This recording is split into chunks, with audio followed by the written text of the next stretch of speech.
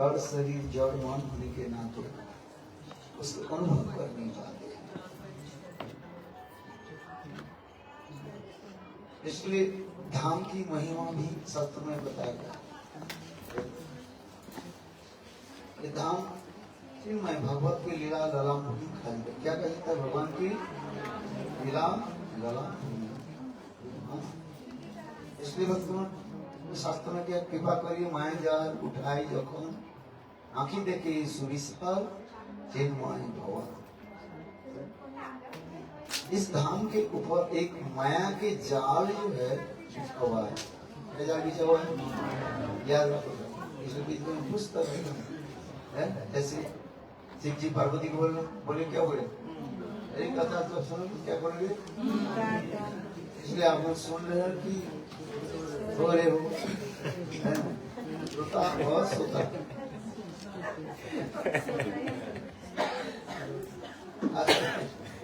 इसलिए पूछता रहता है।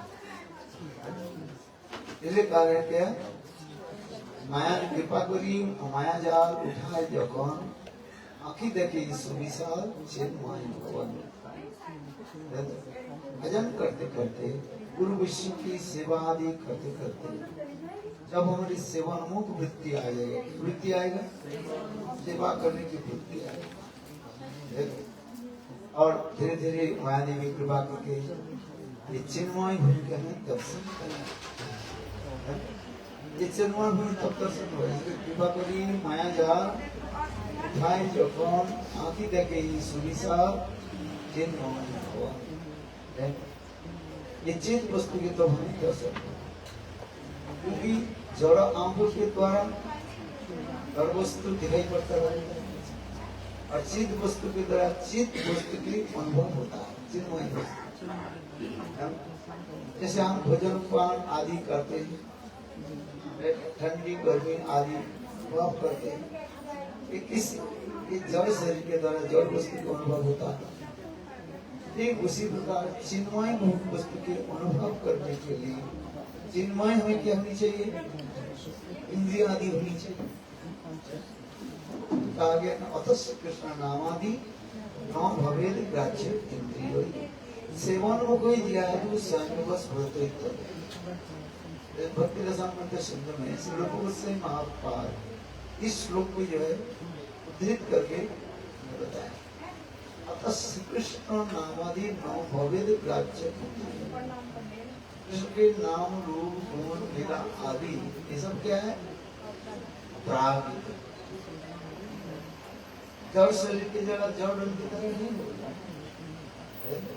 इसे कैसे कैसे लोग करेंगे, सेवन मुख वृत्ति इसे करे। अतः कृष्ण नामादि न भवेद ग्राह्य सेवन सेवन मुखी जिहाद जिहादो जिहा आदि सबको करना नस्या जिहा अच्छा इंद्रिय आदि जब सेवन में वृत्ति हो जाए धीरे धीरे धीरे मेरे जड़ जो भाव जो है, आंख भाव जो है वो क्या हुआ, दूर होते जाए, और धीरे धीरे चिन्मय वस्तु की होगा कि नहीं होगा।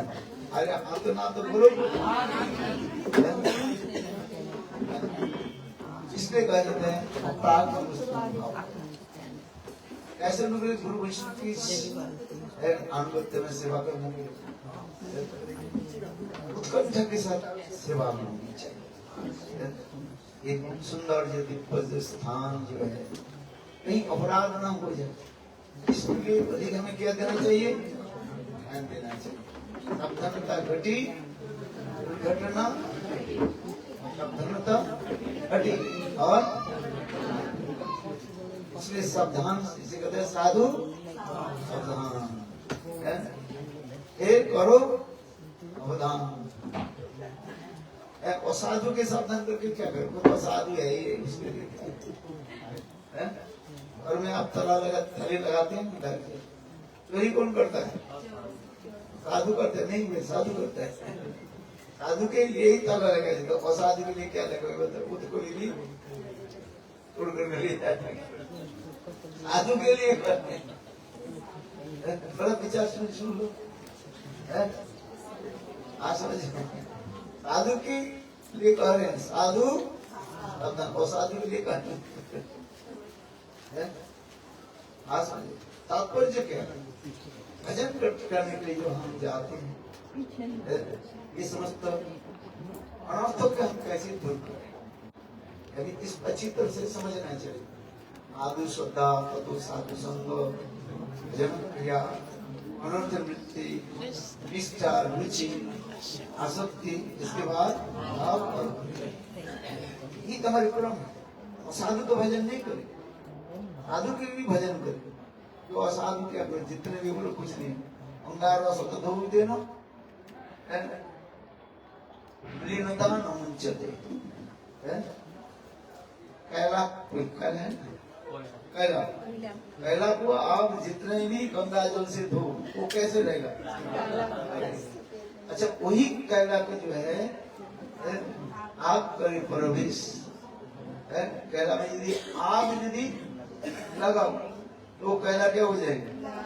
हाँ देखो वो क्या करें, आप देखो उसे रसोई बना सकते हो, ठंडी के समय है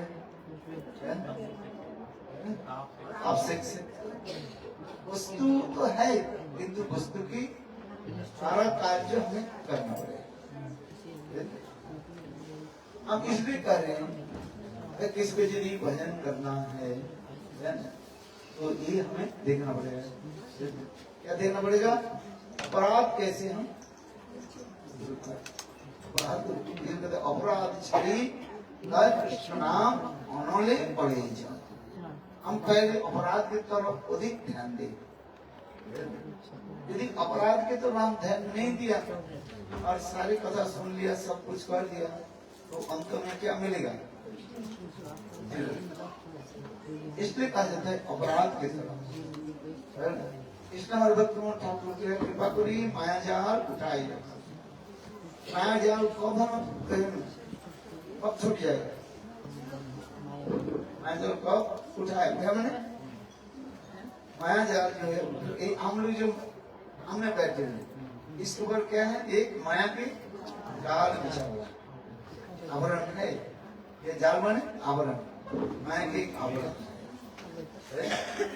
हम सोच रहे हम धाम के ऊपर जा रहे हैं, धाम परिक्रमा कर रहे हैं, किंतु जब तक चित्त निर्माण नहीं आपके दर्शन, इसलिए हम दर्शन करने के लिए साधु संग हरि कथा क्या चाहिए? साधु संग। इसलिए भक्ति प्रभुपाद कहते हैं इसको दर्शन के लिए क्या चाहिए? कान की जरूरत है। चौकी तरह भगवत दर्शन है ना, कान व्यतीत। बंगला में लिखा है, क्या लिखा है? चौकी तरह भगवत दर्शन है ना, कान व्यतीत। कान के तो कान ही मुड़ पाएगा। इस संसार में जब काम नहीं रहते तो आपकी कोई चिंता नहीं, कौन क्या बोल रहे हैं। आंख है देख रहे हैं, किंतु देखो कान जो है ये क्या करते, ये हमें क्या करते? अपराध बना देते। दूसरे की कथा सुन करके फिर मुख से बोलना शुरू कर देते, दूसरे की निंदा करना शुरू कर देते। अरे फलाने व्यक्ति यही है, वो है। इसलिए देखो काम के जो है, काम के किस में लगाओ? बड़ी कथा से। इसलिए देख दुखित तरह भगवत दर्शन है ना, तात्पर्य क्या? हरि कथा श्रवण। श्रवण कौन से इंद्रिय तरह होता है? कान के द्वारा। आंख के द्वारा नहीं, पैर के द्वारा नहीं, हाथ के द्वारा नहीं, आंखों के द्वारा नहीं, कान के द्वारा होता है। इसमें कहते हैं आंख खोल करके सुन लो। कभी की कहते नहीं, क्या बोलते हैं? आंख खोल करके, कान तो खोला होता है, आंख खोल करके बोले ना, आंख की अच्छी तरह से श्रवण करो। इसलिए भक्ति के पहले अंग क्या है? श्रवण।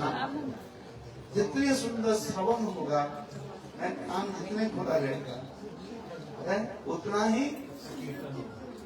कीर्तन।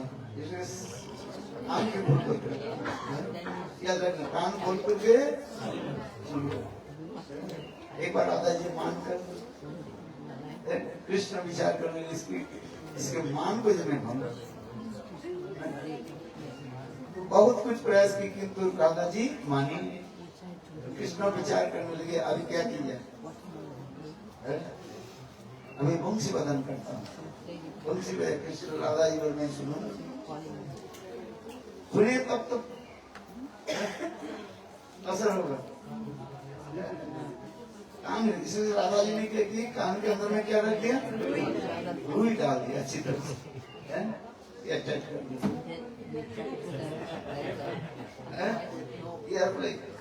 ऐसे बिल्कुल सुनाई नहीं पड़ता। आप दो उंगली के द्वारा कान को बंद करो, क्या शब्द होता है, नहीं होता है। कहते थे ये रावण के चिता जल रहे, रावण की चिता जल रहे।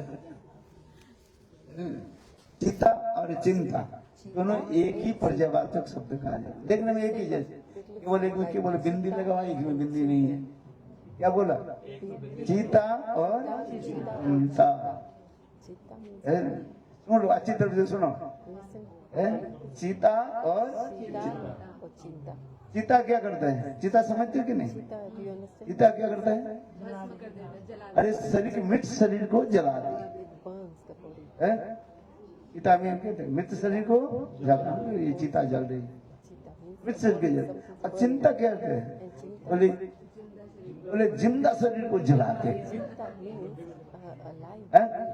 जिसके इतने चिंता पड़ जाते हैं उसके जिंदा शरीर को जलाते रहते, इसलिए कहा जाता है वो चिंता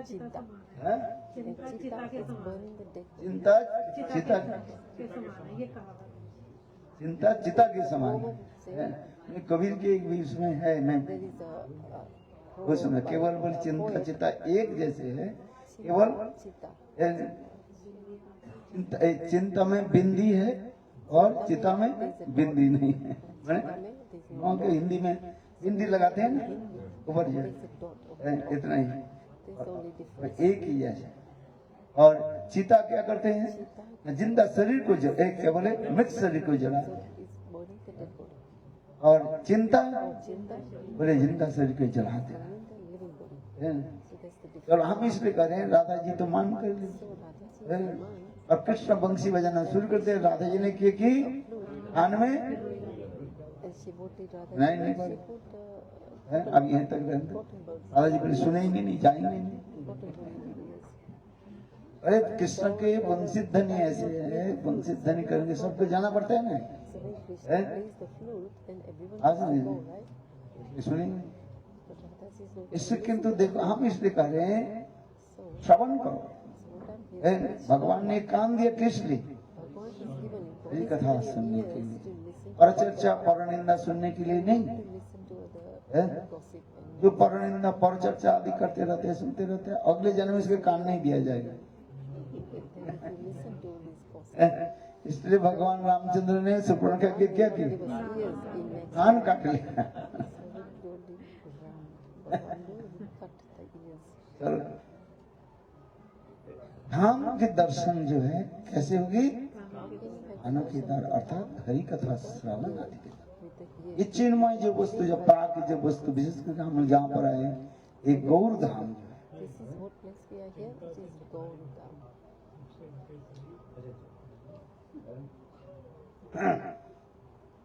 हाँ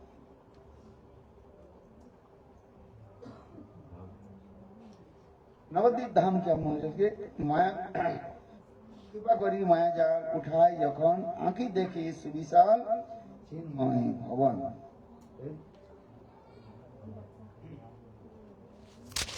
हमारे भक्तों ठाकुर कहते हैं योग माया देवी की कृपा से जीव भगवत धाम का पूर्ण रूप से दर्शन कर सकता है। वृंदावन और नवद्वीप धाम में कोई भेद नहीं, अभिन्न है। नवद्वीप धाम और वृंदावन तथापि वृंदावन धाम की नवद्वीप धाम की विशेष महिमा यहाँ पर हमारे बता है। यदि कोई वृंदावन धाम परिक्रमा करे, केवल एक ही धाम की फल से प्राप्ति हो, किंतु नवद्वीप धाम परिक्रमा करने से उनके हाथ में 2 लड्डू मिलेगा। कितना लड्डू चाहिए? 2 लड्डू। बोले वृंदावन नवद्वीप धाम की परिक्रमा के फल है ही है, और साथ ही साथ बोले वृंदावन धाम के फल कैसे है? क्योंकि इसमें नवद्वीप धाम में वृंदावन धाम विराजमान है। इसलिए नवद्वीप धाम की कहा जाता है गुप्त वृंदावन। क्या वृंदावन? यहाँ पर भी राधा कुंड, श्याम कुंड, गिरिराज, गोवर्धन, जितने भी वृंदावन धाम Hare Krishna, स्थान है, ये सब nothing. इसलिए नवद्वीप धाम की कहा जाता है गुप्त वृंदावन। ये समझ बहुत सुंदर जो गुण तत्व जो है श्री कृष्ण विशिष्ट यह 4 लीला है। परम करुण